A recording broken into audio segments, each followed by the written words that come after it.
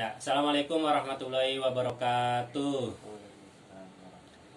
Baik ibu-ibu dan bapak-bapak, kita melanjutkan materi kita yang sebelumnya, masih tentang cermat meminjam dan menabung, dan kita masuk ke langkah yang kedua, poin 7, 8, dan 9 ya. Oke. Di langkah sebelumnya ibu-ibu dan bapak-bapak sudah disuruh untuk berdiskusi mengenai tentang yang pertama. Di situ kan ada 3 pertanyaan ya. Syaratnya apa, kemudian lama pengembaliannya berapa, ya berapa bulan ataupun berapa minggu atau berapa tahun lah ya, waktu tempo gampangannya. Kemudian yang ketiga di situ besar pengembaliannya berapa ya. Jadi tadi kan ibu-ibu sudah mendengarkan 4 paragraf ya dari cerita tentang Ibu Lili yang sedang membutuhkan uang itu. Ya, yang sedang membutuhkan uang itu. Sudah semua ibu-ibu jawabannya? Kelompok 1 sudah? Ya, sudah. Sini kumpulkan, Bu. Ya. Kelompok 2 gimana Ibu, sudah? Ya, sudah. Sini dikumpulkannya, Bu. Ya. Kemudian kelompok yang ketiga, Pak, sudah Pak? Anggotanya? Oh ya, sudah. Sini Pak. Kumpulkan dulu Pak. Baik. Kemudian dari kelompok yang keempat, kelompok yang terakhir, gimana, sudah? Oh sudah. Sudah dari tadi je Pak. Oh ya. Baik, saya akan menempel jawaban hasil dari diskusi bapak-bapak dan ibu-ibu. Baik ya. Tempel dulu ya.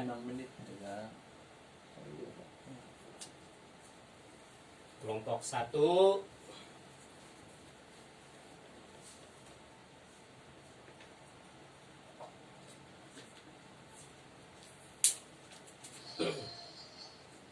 Kelompok 2. Kemudian kelompok 3. Kemudian kelompok 4. Baik. Ya.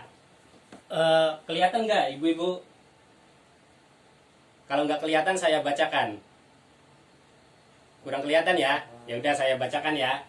Jadi hasil dari diskusi kelompok yang pertama, jawabannya yaitu yang pertama syaratnya sertifikat tanah. Ya. Kemudian atau kendaraan bermotor, di situ tertuliskan. Kemudian lama pengembaliannya 10 bulan. Kemudian yang ketiga total pengembaliannya yaitu 600.000. Ya, itu adalah hasil jawaban dari kelompok pertama.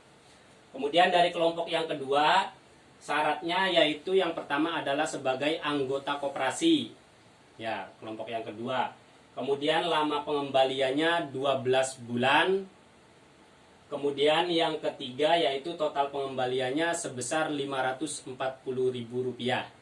Nah, itu adalah jawaban dari kelompok 2. Baik, selanjutnya yaitu jawaban dari kelompok 3. Syaratnya itu tidak ada. Ya, syaratnya tidak ada. Kemudian yang kedua, lama pengembaliannya selama 20 minggu. 20 minggu itu berarti berapa bulan tuh?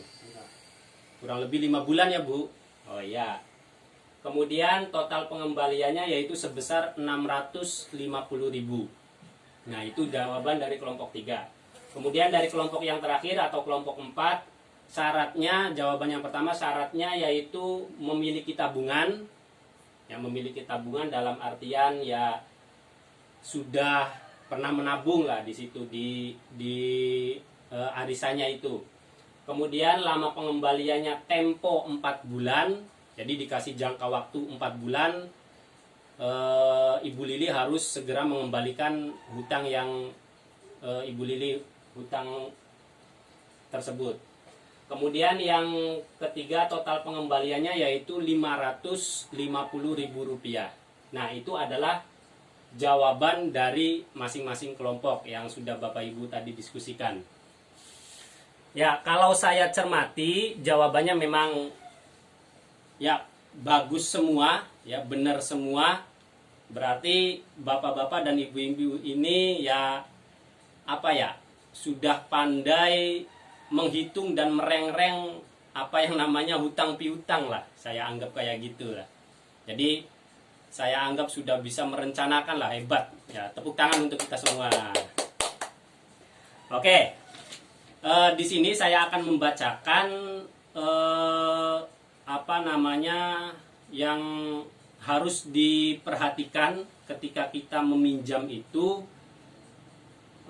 yaitu sistem pengembalian pinjaman umumnya ditentukan oleh pemberi pinjaman. Jadi misalkan kita pinjam sama si A, nah yang menentukan apa namanya pengembalian itu ya si A ini yang kita pinjami. Jadi ketika kita pinjam ke koperasi, berarti kita harus mengikuti aturan yang ada di koperasi. Ketika kita meminjam ke anggota arisan atau kelompok arisan, berarti kita juga harus sepakat dengan kelompok arisan tersebut. Ya kurang lebihnya seperti itu ya Bu. Nah kemudian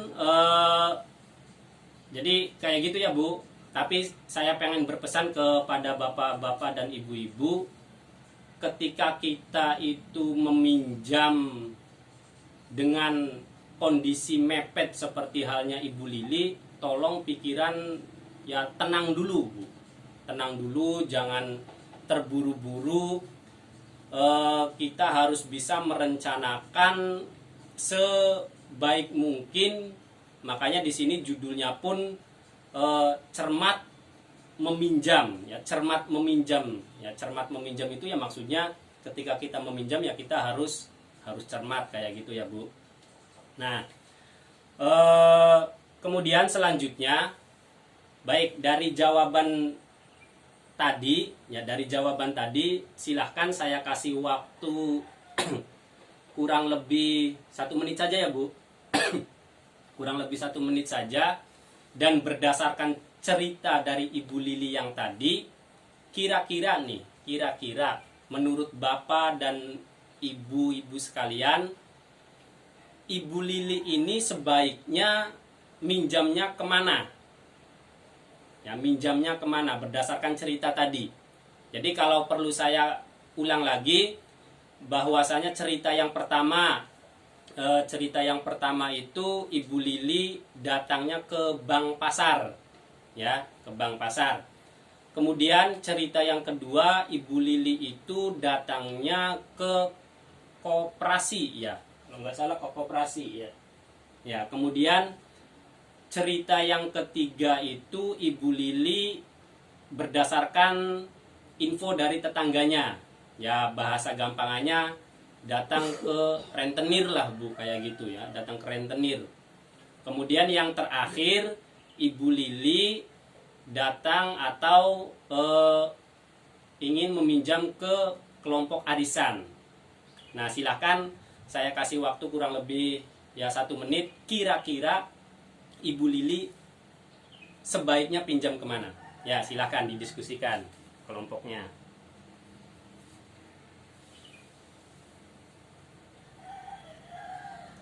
Ya silakan Bu, didiskusikan Bu.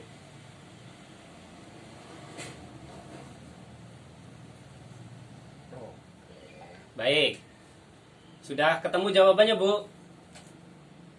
Sudah ya? Oke, kelompok yang pertama kemana?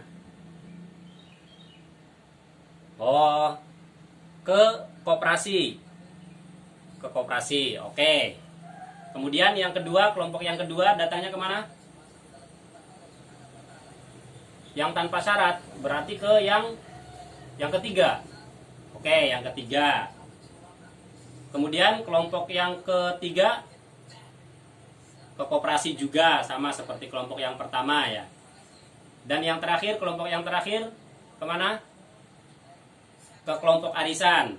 Oke, berarti ada 2 kelompok yang sama. Kemudian kelompok yang kedua dan yang keempat tadi beda ya. Kelompok yang kedua datangnya ke yang ketiga itu ya, yang yang apa namanya, yang tanpa syarat itu berarti ke rentenir ya Bu. Kemudian kelompok yang keempat datangnya ke atau pinjamnya ke kelompok arisan. Baik. Nah, yang perlu saya sampaikan ya, yang perlu saya sampaikan bahwasanya yang harus kita pilih adalah pinjaman dengan total pengembalian terkecil, Bu. Jadi yang namanya cermat tadi seperti yang saya sampaikan, kita harus benar-benar merencanakan ketika kita ingin meminjam itu ya, benar-benar harus direncanakan. Jangan sampai nanti menyesal. Makanya tadi saya katakan kita harus tenangkan pikiran dulu. Walaupun segenting apapun ya, jangan ada orang yang menyodorkan, "Ki, nyilianin kita, Ki, nyilia mana?" Misalkan kayak gitu ya Bu. Misalkan kayak gitu, jangan. Jadi pokoknya tetap tenang dulu. Jadi sekali lagi, yang harus dipilih itu adalah pinjaman dengan total pengembalian terkecil. Ya, dengan total pengembalian terkecil. Berdasarkan jawaban dari bapak-bapak dan ibu-ibu tadi, berarti yang terkecil yang mana? Nah, ya, yang terkecil itu adalah pinjamnya ke koperasi. Ke koperasi. Ya. Kode kecing yang jawab koperasi belum tentu benar. Ya, yang jawab koperasi belum tentu benar. Nah, di sini ada tetapinya. Ya, tadi kan opsi jawabannya ke koperasi ya. Akan tetapi di situ kan syaratnya harus sudah menjadi anggota, Bu.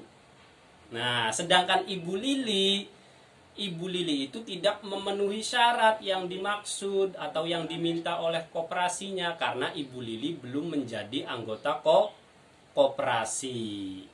Nah, kayak gitu ya. Jadi jawaban koperasi itu ya memang benar berdasarkan jumlah, tetapi ya kurang tepat karena Ibu Lili tidak memenuhi syarat. Oke. Berarti yang paling tepat adalah datangnya ke kelompok arisan. Ya, jadi datangnya ke kelompok arisan. Ya, ke kelompok arisan itu kan tadi ya Ibu Lili tentu sudah punya tabungan, sudah menjadi anggota di situ, ya.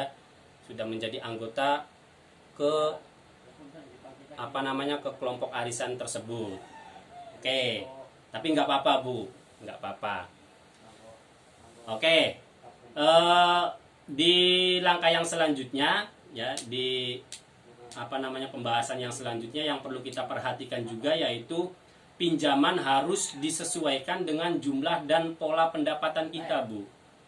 Jadi jangan sampai besar pasak daripada tiang, kayak gitu ya Bu. Jangan sampai besar pengeluaran daripada pemasukan, kayak gitu. Nah, contohnya misalkan dalam kasusnya Ibu Lili, ia dapat mengambil pinjaman dengan sistem pengembalian tempo 4 bulan tadi yang disodorkan oleh kelompok koperasi tadi. Karena selama masa itu ya, ia bisa mengumpulkan uang dan dari Pak Rusli, jadi mengumpulkan uang dari Pak Rusli dan upahnya selama musim panen ya. Jadi karena yang musim panenan bisa dikumpulkan kayak gitu ya, itu contohnya. Jadi pokoknya kita harus jangan sampai besar pasak daripada tiang. Oke ya, mungkin itu saja yang bisa dapat saya sampaikan dalam kesempatan kali ini. Terima kasih, kurang dan lebihnya mohon maaf. Assalamualaikum warahmatullahi wabarakatuh.